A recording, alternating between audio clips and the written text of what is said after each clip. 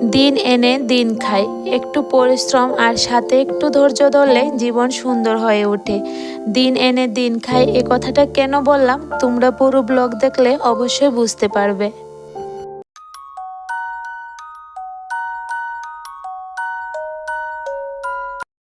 রাধে রাধে বন্ধুরা, good morning. কেমন আছো তোমরা সবাই? আশা করছি যে যেখানে আছো ভালো আছো, সুস্থ আছো। আমরাও মোটামুটি ভালো আছি। ছেলেটার শরীরটা এখন অবধি পুরোপুরি ভালো হয়নি, তাই আর বলতে পারছি না যে আমরাও ভীষণ ভালো আছি। আছি মোটামুটি। আজকের দিনটা হলো শুক্রবার, আর আজকের ব্লগটা আমি একটু দেরি করে শুরু করেছি। এখন প্রায় 9টা বেজে গেছে, আমি ব্লগটা শুরু করেছি। আজকে সকাল থেকে কিছুই ভিডিও করিনি, কারণ প্রত্যেক দিন একই রকম ব্লগ ভালো লাগে না, আর ছেলেটারও শরীর ভালো নেই, আজকে স্কুলে যায়নি। তাই ভাবলাম যে একটু দেরি করে ঘুম থেকে উঠি। তো দেরি করে উঠে এখন রান্নাটা বসিয়ে দিলাম। উঠে প্রথমে তো চাটা খেয়েছি, ছেলেকেও টিফিন খাইয়ে দিয়েছি, মেয়েটাকেও খাইয়েছি। এরপরে একবারে রান্নাটা বসিয়ে দিয়েছি, কারণ গতকাল রাতেও ভাত খাওয়া হয়নি নেমন্তন্ন খানা খেয়ে, তাই আর রাতের বেলা ভাত খাইনি। তো এখন রান্নাটা বসিয়ে দিয়েছি, এখানে একদম সিম্পল করে রান্না করে নিব। আজকে আমি রান্না করব কাঁচকলা ভাজি আর ফুলকপি দিয়ে আলু দিয়ে নিরামিষ তরকারি। প্রথমে ভেবেছিলাম যে ডিম দিয়ে রান্না করব ফুলকপির তরকারিটা, কিন্তু এরপরে ভাবলাম যে না, ছেলেটার তো অনেক কাশি আর ডিমটা খেলে অ্যালার্জির সমস্যা হয়ে যাবে, তাই আর ডিমটা রান্না করিনি। আর ছেলেটা খাবে না ঘরে ডিম রান্না করলে, তাই আর আমিও খেতে পারবো না। ওকে কিছু না দিয়ে কিন্তু আমি একদমই খেতে পারি না, তাই একদম নিরামিষ রান্না করছি। আর সাথে কাঁচকলাগুলি ভাজি করব। এই কাঁচকলাগুলি এনেছে ঘরে, অনেক দিন হয়ে গেছে আর একটু ফুটা হয়ে গেছে, তাই ভাবছি আজকে ভাজি করে নি খাওয়া হয়ে যাবে। আর এখানে ফুলকপি দিয়ে আলু দিয়ে নিরামিষ তরকারিটা বসিয়ে দিয়েছি, আর সাথে ভাতটা বসিয়েছি। আর ভাতটা হতে হতে তো অনেকটা সময় লেগে যায়। তোমরা তো জানোই আমরা সিদ্ধ চালের ভাতটা খাই, তো এটা হতে হতে অনেকটা কাজ করে নিতে পারি আমি। তো এদিকে তরকারি আর ভাতটা হতে হতে আমি বাসনগুলিও মেজে নিচ্ছি। সকালবেলা চা খেয়ে বাসনটাও রেখে দিয়েছি, আমি কিন্তু ধুইনি, একবারে রান্নাটা বসিয়ে দিয়েছি। কারণ গতকালও ভাত খাওয়া হয়নি, আজকে যদি আরও দেরি করি তাহলে হবে না, ছেলেটাকে আবার ওষুধ খাওয়াতে হবে। তাই আমি রান্নাটা বসিয়ে দিয়েছি। এখন রান্নাটা হতে হতে এদিকে বাসনগুলিও ধুয়ে নিচ্ছি। রান্না করবার মাঝে মাঝে আমি বাসনগুলিও ধুয়ে নিই, কারণ বাসনগুলি যদি রেখে দিই আর এদিকে যদি রান্নাই করতে থাকি তাহলে কিন্তু অনেকটা বাসন জমে যায়। আর পরে বাসন ধোবো বলে আর ধোয়া হয় না, পরে একটার পর একটা কাজ চলে আসে। তাই আমি এদিকে রান্না করতে করতে বাসনগুলি ধুয়ে নিই। বাসনগুলি ধোয়া হয়ে গেছে, এখন র্যাকের মধ্যে সুন্দর করে গুছিয়ে নিচ্ছি। আর জানো তো বন্ধুরা, এর একটা থেকে আমার মেয়েটা বাসনগুলি একটু পর পরে নিচে নামিয়ে নেয়, আমি আবার গুছিয়ে রাখি, আবার ও নামে। সারাদিন এভাবে চলে, রান্নাঘরে আসলে র্যাকটা থেকে বাসনগুলি নামিয়ে দেবে। এদিকে বাসনগুলি গুছাতে গুছাতে ভাতটাও ফুটে গেছে মোটামুটি। এখন চেক করে নিচ্ছি ফুটছে কিনা। দেখলাম না, একদম ফুটে গেছে। আর ভাতটা একটু আমি নরম করে রান্না করি, কারণ শক্ত ভাতটা খেতে আমি পারি না, আর ছেলেটাও পারে না। আর অনেক সময় তো মেয়েটাকে একটু একটু ভাত খাওয়াই, তাই জন্য ভাতটা একটু নরম করে রান্না করি। তো এখানে ভাতটা ফুটে গেছে, এখন মায়ের গেলে নেব।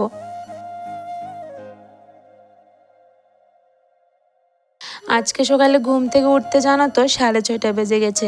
এরপরে উঠে বাসি কাজকর্ম সেরে চাটা খেলাম, মেয়েটাকে খাওয়ালাম, এরপরে ছেলেকে টিফিন দিলাম।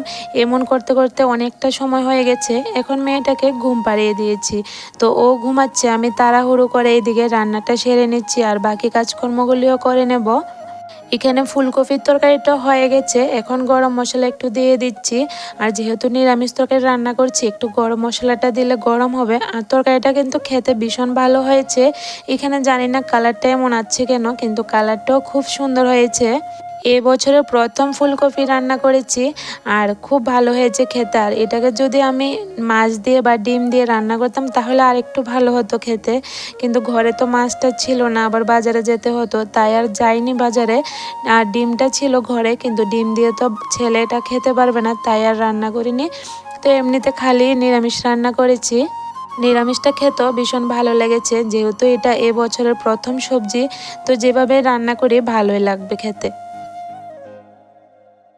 রান্না করতে গিয়ে দেখি কৌটোটা খালি, মানে ধনিয়ার গুঁড়োটা শেষ হয়ে গেছে। তো এখন ভরে নিলাম, ভরে আবার রেখে দিলাম।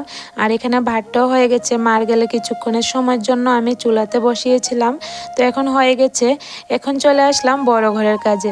আর মেয়েটার জন্য কুকারে খিচুড়ি বসিয়েছি, মানে সিটি লাগিয়ে নিয়েছি, একটু পরে সোমবারটা দেব। তাই ভাবলাম যে না, আগে বড় ঘরের কাজটা সেরে নিই।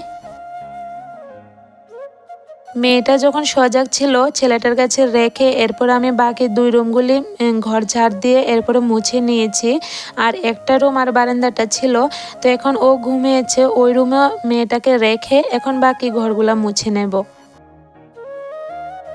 আর বন্ধুরা, তোমাদের সাথে তো এখনো শেয়ার করা হয়নি আমাদের সবগুলা রুম। ওই রুমে না একটু লাইটের সমস্যা আছে, লাইটগুলো একটু ছোট, তাই আর তোমাদের সাথে শেয়ার করি না। আর শুধু এই রুমটাই তোমাদের সাথে আমি শেয়ার করি। কোনো একদিন হয়তো তোমাদের সাথে ওই রুমগুলো শেয়ার করব। আর তোমরা হয়তো বুঝতে পারো, ঘরে যেহেতু ছোট বাচ্চা আছে, অনেক সময় ছোট বাচ্চারা বিছানা করা থাকে, তাই আর ওই রুমটা তোমাদের সাথে শেয়ার করি না। ওই রুমগুলোও আমি গুছিয়ে গাছিয়ে মুছে রাখি। বেশিরভাগ সময় আমি রাত্রেবেলা মুছি ওই রুমগুলা, না হলে একদম ভোরবেলা মুছি নিই। ওই রুমগুলো বেশি একটা ভরে না, কারণ মানুষ ওই রুমের বেশি যায় না, এই রুমটার মধ্যেই আসে, তাই আর বেশি ভরে না। সকালবেলা আমি পরিষ্কার করে নিই, আর সকালবেলা যদি টাইম না পাই তাহলে রাত্রেবেলা আমি মুছে রাখি দিই। আর এই রুমটা যে আমি মুছেছি, এখন ছেলে পড়াতে বসেছে এই রুমটা, তো এই রুমটাকে আমি মুছে গুছিয়ে গাছিয়ে সবসময় দরজাটা বন্ধ করে রাখি, এই রুমটাকে ভরাতে দিই না মেয়েটাকে।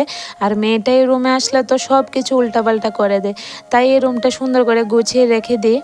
কারণ হলো যে কোনো সময় মানুষজন আসতে পারে, এসে যদি দেখে এভাবে এলোমেলো হয়ে রয়েছে তাহলে কিন্তু ভালো লাগে না, নিজের কাছেই একটা লজ্জা লাগে। আর বিশেষ করে ছেলেটাকে পড়ানোর জন্য টিউশন স্যারও আসে, তো ঘরটা যদি এলোমেলো থাকে একদমই ভালো লাগে না দেখতে।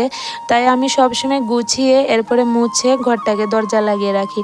যখন ছেলেটা স্কুল থেকে আসে তখন আবার ও এ ঘরে আসে, আর ও এ ঘরে পড়াতে বসে, তাই আমি এ ঘরটাকে সুন্দর করে গুছিয়ে রাখি। ওই রুমগুলো কিন্তু গুছানো থাকে আমার, ওই রুমে তো মানুষজন এত ঢুকে না। তো মেয়েটা খেলে, আর রান্নাঘরটা তো তোমরা দেখতেই পারলে, রান্নাঘরটাকে একদম এলোমেলো করে রাখে মেয়েটা, ওই বাসনগুলা দিয়ে বেশি খেলো করে। তো যাই হোক, কী করব, ও তো একলা একলা খেলে, তো ওকে সবসময় কোলে নিয়ে আমি রাখতেও পারি না, সংসারের কাজগুলিও করতে হয় আমাকে। তো অনেক সময় এটা চিন্তা করে আর কিছু বলি না, যে খেলতে থাকুক, যখন ঘুমাবে তখন আবার গুছাবো, যখন বড় হয়ে যাবে তখন তো আর এসব করবে না।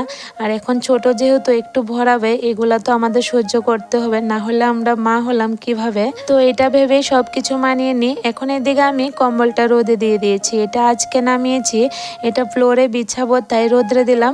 মেয়েটা না প্রত্যেক দিন রাতে বেলায় ফ্লোরের মধ্যে ঘুমিয়ে থাকবে, ও ফ্লোর থেকে উঠতেই চায় না। আর এখন একটু একটু করে ঠান্ডা পড়ছে, ওকে তো আবার ঠান্ডা লেগে যাবে, তাই কি করলাম, কম্বলটা নামিয়ে নিলাম আজকে, একটু রোদ লাগিয়ে এরপর ফ্লোরের মধ্যে বিছিয়ে দেব, তাহলে এটার উপরে ঘুমালে আর বেশি একটা ঠান্ডা লাগবে না। ঘরের কাজকর্ম মোটামুটি শেষ হয়ে গেছে, এখন আমি উঠোনটাকেও ঝাড় দিয়ে দিচ্ছি, এরপরে মেয়েটার জন্য খিচুড়িটা সোমবার দেব। তো চলো বন্ধুরা, আমি এদিকে কিছু কাজ করি, ততক্ষণ অবধি তোমাদের সাথেও কিছু কথা বলি।